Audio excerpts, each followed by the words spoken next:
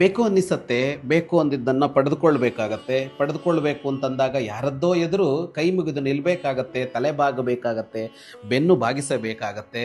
ದೈನ್ಯ ಆವರಿಸತ್ತೆ ನಮ್ಮನ್ನು. ಜೊತೆಗೆ ಅದು ಸಿಕ್ಕಿತು ಅಂತ ಅಂದ್ಕೊಳ್ಳಿ, ಸಿಕ್ಕಿದ ಕೂಡಲೇ ಸಂತೋಷವಾ ಅಂತ ಅಂದರೆ ಮೊದಲು ಬರೋದು ಅಹಂಕಾರ. ಅಷ್ಟಕ್ಕೆ ನಿಲ್ತಾ ಅಂದರೆ ಇಲ್ಲ.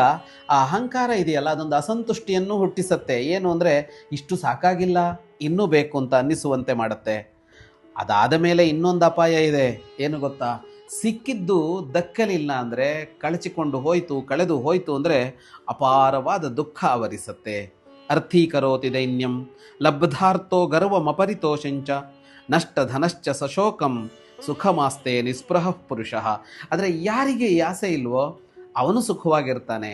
ಆಸೆಯ ಹಿಂದೆ ಓಡುವವನಿಗೆ ದೈನ್ಯ, ಅಹಂಕಾರ, ಅಸಂತುಷ್ಟಿ, ಶೋಕ ಇವು ನಿಶ್ಚಿತ. ಆದರೆ ಆಸೆಯೇ ಇಲ್ಲದ ಮನುಷ್ಯ ಎಲ್ಲ ಹಂತದಲ್ಲೂ ಸುಖವಾಗಿಯೇ ಇರ್ತಾನೆ ಅಂತ. ಅಂದರೆ ಆಸೆಯನ್ನು ಅಧೀನವಾಗಿಸಿಕೊಳ್ಬೇಕೇ ಹೊರತು ಆಸೆಯ ಹಿಂದೆ ನಾವು ಓಡಬಾರದು ಅಂತ. ಆಸೆಯ ಹಿಂದೆ ಓಡಿದರೆ ಏನಾಗತ್ತೆ ಅಂದರೆ, ಪಡೆದುಕೊಳ್ಳುವ ಹಂತದಲ್ಲಿ ದೈನ್ಯ, ಪಡೆದುಕೊಂಡಾಗ ಅಹಂಕಾರ, ಪಡೆದುಕೊಂಡ ಮೇಲೆ ಸಾಕಾಗಲಿಲ್ಲ ಅನ್ನುವ ಅಸಂತುಷ್ಟಿ, ಅದೇನಾದರೂ ಕೈತಪ್ಪಿ ಹೋಯಿತು ಅಂದರೆ ಅಪಾರವಾದ ಶೋಕ ಇದು ಅವನನ್ನು ಆವರಿಸಿರುತ್ತೆ. ಹಾಗಾಗಿ ಆಸೆ ನಮ್ಮ ಅಧೀನವಾಗಿರಲಿ, ನಾವು ಆಸೆಗೆ ಅಧೀನವಾಗೋದು